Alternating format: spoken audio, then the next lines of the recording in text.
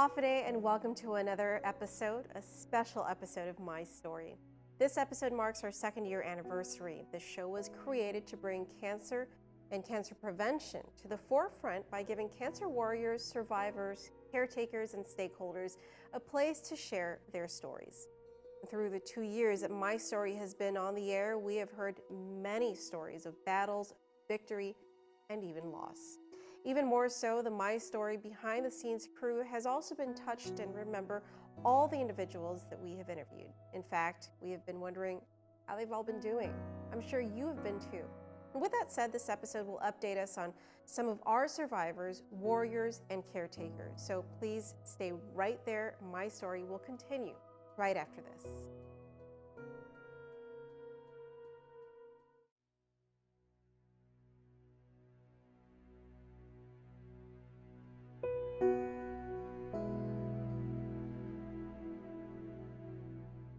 Welcome back to this special episode of My Story. This show has been sharing the stories of cancer warriors, survivors, and caretakers for the past 2 years. But in the past year that I've been host, I, along with the My Story staff, have met some really wonderful people that have touched our lives. One of the many persons that stands out is Miss Rose Zabala. The irony of her story is just remarkable. Rose is a social worker by profession at the Department of Public Health and Social Services and is also a bereavement counselor. The people she often assists are those who are afflicted with cancer. And because of this, Rose always made sure to get her yearly executive checkups done in the Philippines. For years, her mammogram results showed nothing serious, but in 2016, she went back for another routine executive checkup. Rose was hopeful that all her results would be normal. Why wouldn't she expect that? She had done everything right, but in April last year, she received devastating news. Lo and behold, I have breast cancer. Not only did I have breast cancer, it has spread to my lymph nodes. What stage were you when they found it? Unfortunately, I'm stage 3. Wow. Stage 3, and because of the size of the tumor, they suggested that I undergo chemotherapy first instead of surgery. Right. They want to shrink the tumors because it was big. So I decided to just go to the Philippines for my treatment, only because I have more family support there. I have my daughter here who works full-time, and I have 3 grandchildren. I don't want to be a burden to her. And I anticipate having side effects after the chemo.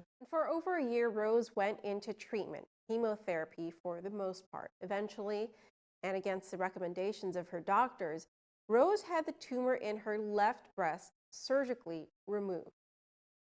Right. So I told my oncologist in Manila, in St. Luke's, Doc, I want this removed. So in December 7, just December, I had a radical mastectomy. They removed it. It was 3 centimeters on my left breast. Guess what? 7 centimeters for the lymph nodes. They harvested 25 lymph nodes. 6 of those were metastatic cancer. Wow. It was so big, it went deeper. My oncologist said that had we did not remove it, if we did not remove it, it would have burst inside and it would have killed me. Oh my gosh. Taking charge and listening to her own body truly saved her life and helped with Rose's cancer treatment. During our episode, she shared with us some good news. After completing the 3rd cycle of these 2 drugs, the nodules they found in my lungs seems to have disappeared. Oh, wow. Yes. And some of the nodules they found in my throat are stable. My stomach, my back, that still need to be monitored because it looks like I have nodules in my spine. Hopefully, it's because of my age, you know, degenerative. Right, and not anything to do with cancer. I hope so. I hope so, but anything is possible. But And just a few days after we taped our episode, Rose traveled back to the Philippines to prepare for what would hopefully be her last set of treatment.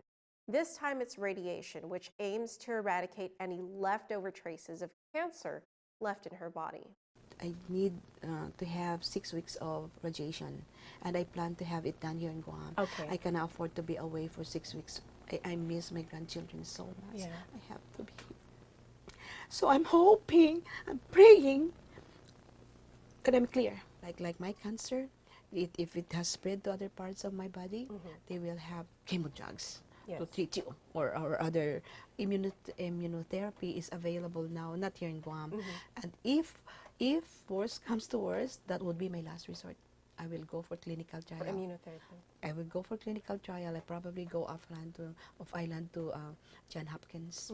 May I have a news there. Oh, But wow. right now, I trust my doctor with the two drugs that I'm on. I'm praying when I complete the 6 cycles at the end of April that I'm okay. So your Yes. last cycle will be in The April. end of April, yes. Okay. And then after that, After that, I'll That's- have PET scan to Okay, check if to I'm check. clear. If I'm clear, I want to be back here to work and have my radiation here in Guam. and when you say clear, you mean no cancer, cancer-free. They call it NED, N-E-D, no evidence of the disease. I see. As an update, we received some good news. Rose returned to Guam, and her overall PET scan results were good, which means she doesn't have to undergo further chemotherapy. However, Rose says she's not completely out of the woods yet. She still has to complete her 6 weeks of radiation, and that 6 weeks should be ending early next month. Rose has been active on Facebook and has been getting her radiation treatment here on Guam. She's kept in close contact with her family and friends and is now closer to her precious grandchildren, as she has always wanted. Well, this next person, a woman, warrior, survivor, and mother, is another one of our most memorable interviews on this show. The thing about her cancer story was that it was a wave of emotions, and you'll see why in this segment of the show. Let me introduce you to Leilani Pokaigui. She was diagnosed with cervical cancer in December of 2015, just months after delivering her baby boy. And a week before Christmas, here is her story. I'm going to start off with, prior to the diagnosis, I understand that, you just had a baby a few months ago. And so earlier you were mentioning that your doctor had detected something with you prior to you getting pregnant. Can you tell us about that? How they detected it? Was it through a pap smear? Yes, they did. They actually picked up an abnormal pap smear result, to which my clinical physician actually referred me to the gynecologist. Okay. And then I sought services over at SDA clinic, and that's when I met my doctor, Dr. Miller. We had already did consultation in regards to the normal pap result, and then she did one again, and from there we've been discussing other treatments as far as colposcopies, colonization, and we just kept going from there. Yeah. Well, after discussions with her doctor, he laid out a plan for her to conduct further testing. The plan was to undergo a colposcopy. This is a procedure that allows a physician to closely examine a woman's cervix for signs of disease. This is normally done after a pap smear comes back showing abnormal results. Leilani did go through with the procedure, and the results showed that there was a chance of cancer cells in her cervix. The next step was to get a biopsy done to test the tissue for cancer. She was ready to do this until something happened. I got sick. I had a bad case of the stomach flu. I thought it was. I was so weak and so much pain. I couldn't stand or eat or anything. So Roel had taken me to the clinic, and they did a series of tests, lab works and everything. They went full on. Yeah, because they didn't know what it was. No, and they then didn't know what was they're causing. on top of that suspecting that there may be some precancer cells in there as well. It could be, or they could have, they were also suspecting that it could have been my kidneys. That I had some kind of infection. So, like I said, they already did all the series of lab work, and then they sent me over to radiology. So while we were waiting for to be seen over at Guam Radiology, I received a call from the physician, and that's when we found out about baby.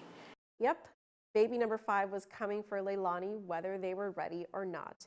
And because of this, the testing for her cervical cancer had to stop until the baby was born, of course.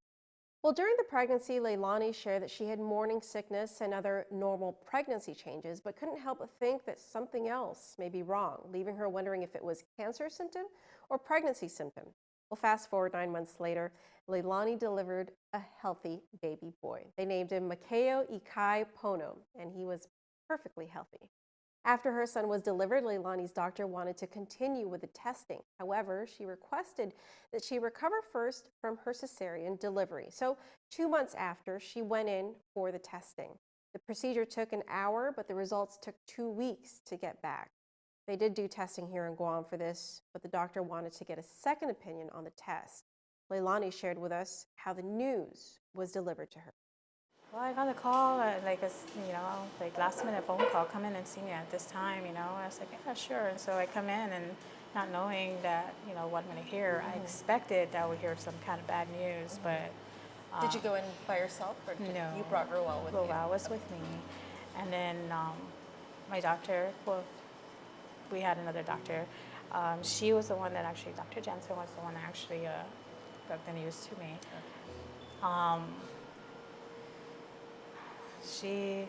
It's okay. It's okay. When she did announce the news, they explained that they were kind of hesitant to tell me because it was right around Christmas time. Oh. And so we found out two days before Christmas. This is just this past Christmas? Yes. Wow. So December 23rd. 22nd. Oh, 22nd. 22nd, 23rd. Yeah. One of the two. So, yeah. Week of Christmas. Yes, yeah. The week of Christmas. So that was a little bit heartbreaking and disappointing at the same time, How do you celebrate when you're getting told something like that? Yeah. So during that time, there were only 4 of us that knew about it, and I just wanted it to stay that way. Didn't want to ruin anybody's holidays or. Yeah. What was your plan, to maybe wait till after Christmas? No, I didn't actually want anybody to know. To know at all? At all. No, I didn't. Eventually, Roel and immediate family got her to open and get support and help from those who love her. The plan now was for Leilani to go off island for a hysterectomy. Prognosis I would have to go through a hysterectomy. Unfortunately, I would have to have my uterus removed, even as much as I really wish it wouldn't have to be that way. Treatment options would have had to have been discussed pending the results of the surgery. And before this week, we hadn't spoke to Leilani since the taping of her February 2016 episode. We are glad to report that Leilani is cancer-free. Hooray! She underwent a hysterectomy without any complications. She shared that her uterus had 0 signs of cancer cells, but her cervix did show stage 1A cancer cells. Luckily, it was caught in time.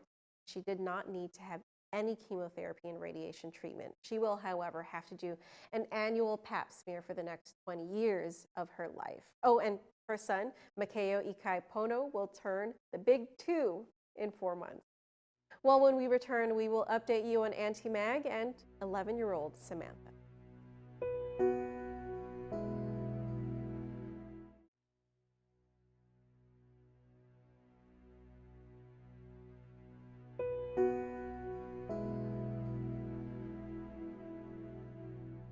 Welcome back to the 2nd anniversary TV special of My Story. Earlier in the show, we updated you on Miss Rose Zabala and Leilani Pokaigui, who appeared on the show.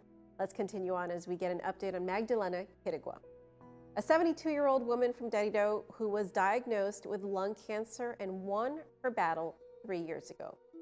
Tell us what your life was like before you got the diagnosis. It's only been a few years since. So yeah. What was it that you were doing? What were some of the daily activities that you were getting into? Cleaning, washing clothes, cleaning, and helping my husband with the animals down there. Yeah. So, okay, so you were just living a pretty normal life, just everyday life, and did you start to feel any kind of symptoms? Were you coughing? What led you to seek some kind of help? I was coughing. You were coughing a lot. Yeah. But I understand you were also a smoker, yes. Right? So when you were coughing, how did you know that it was a cough that had something to do with just, the average regular smoking versus maybe one that might be more serious? Was the coughing a little bit different from, the regular type of coughing that you were? Yeah, I've been coughing a long time, every time. But I always thought it was, normal. Yeah. A flu or something. Right. But I went to the doctor and x-ray I have an x-ray. Uh-huh. And then he said he found something there. So he said, we'll take a specimen and we send it back to Hawaii. Mm-hmm. And then when the result came, it was positive that I'm for lung Yeah, cancer. lung cancer. Wow, wow. Oh. Auntie Mag, as she prefers to be called, told us last August that she was a smoker. In fact, she had been a smoker for 50 years of her life, picking up her first cigarette when she was just 18 years old. She stated that she had smoked a pack a day. Auntie Mag was successful in quitting smoking soon after a stroke, just weeks before her interview. It was through the encouragement of her family, especially her grandson. Auntie Mag told us about the details of her treatment, which she said was all done here on island. Well, just a week ago, we spoke with Auntie Mag over the phone, and she shared with us that unfortunately lung cancer is back. In fact, she found out that the cancer was never really completely gone. It just shrank from all the radiation and chemo treatment she had. Auntie Mag just finished 21 days of extensive chemo and radiation treatment. She added that she will have to wait another 21 days before they find out if they got all of the cancer out this time around. Additionally, she will be leaving to the Philippines for a bone scan to find out if the cancer spread to her bones and to find out how severe her osteoporosis is. Unfortunately, Auntie Mag did say that she has picked up smoking again. Well, moving on now to another one of our most memorable warriors that we interviewed on this show, 11-year-old Samantha Serban. She, along with her mother, Marijo Frianeza, video chatted with us back in December. Tell us a little bit about yourself, Samantha. Yeah, you. Could start like your age. I'm 10 and Your school. I go to St. John's and Do you have a brother? I have one brother Oh. and Do you miss everybody? I miss everybody at Guam and at my school. Samantha was diagnosed with a very rare type of leukemia, so rare to find in a child as it is mostly found in adults. In fact, she had to leave the island for Los Angeles for treatment.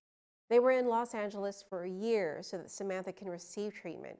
Here, Marijo shares what their life had been like from December 2015 through December 2016.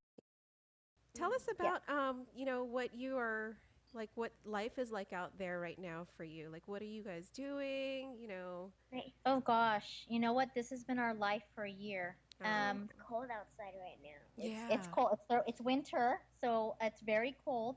Can't wear, well, at least for me, I can't wear sandals. But we've been in and out of the hospital. So when we arrived, she was hospitalized for 4 months, and then they discharged us as outpatient. But we had to come to the hospital virtually every week for Wow. chemotherapy, for blood transfusions. Anytime she was sick or had a fever, I had to come back to the hospital. Lots of driving. Everything takes an hour in LA.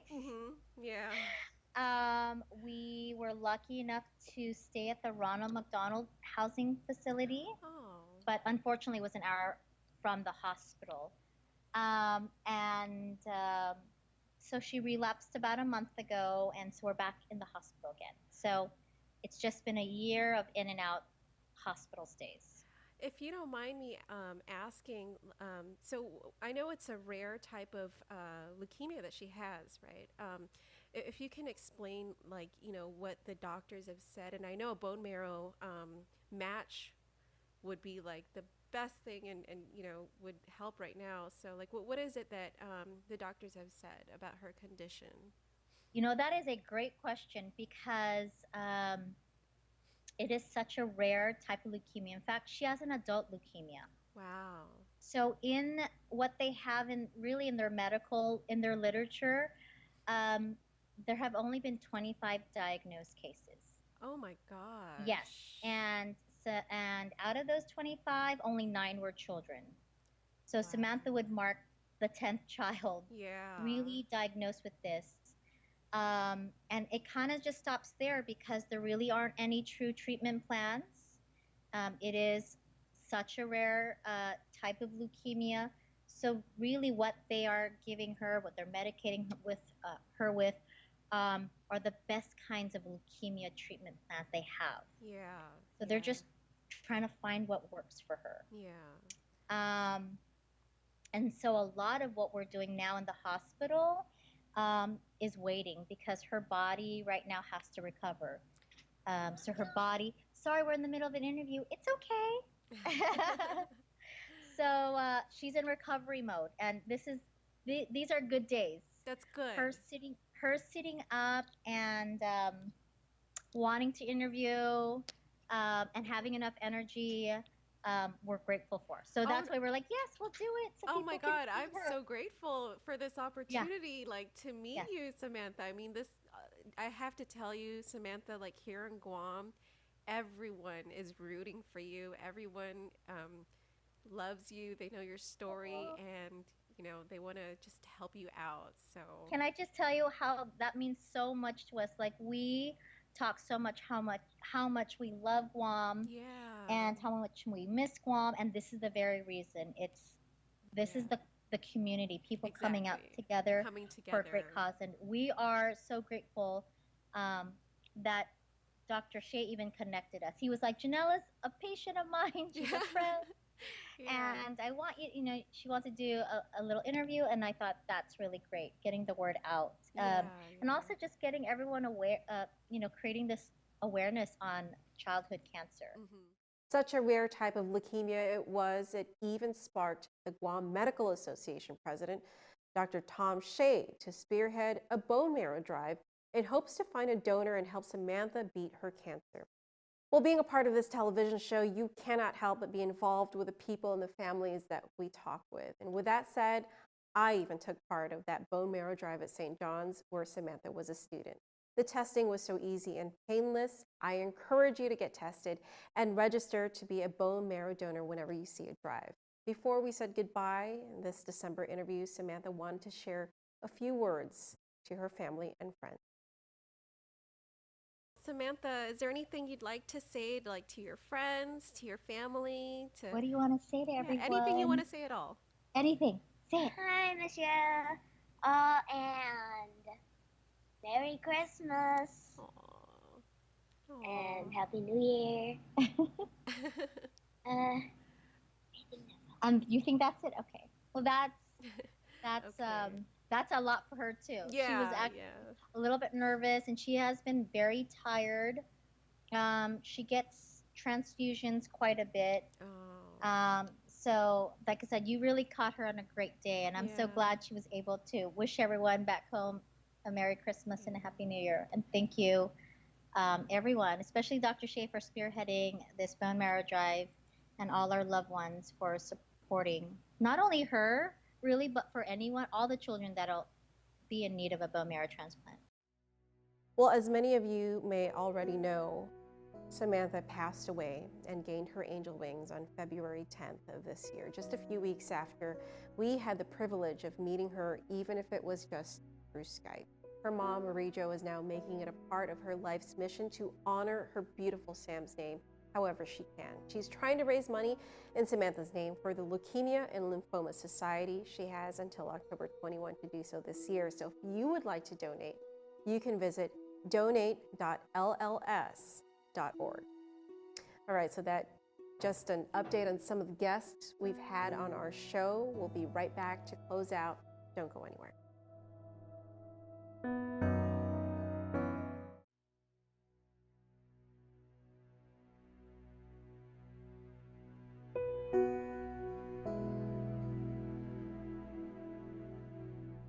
Well, thank you so much for watching this special second anniversary special of My Story. If you would like to share your story or know someone who will, please email us at share@spbguam.com. A special thank you to those we have interviewed on this show for being brave enough to share their story in an effort to educate and prevent cancer. From all of us here at My Story, we'll see you next time.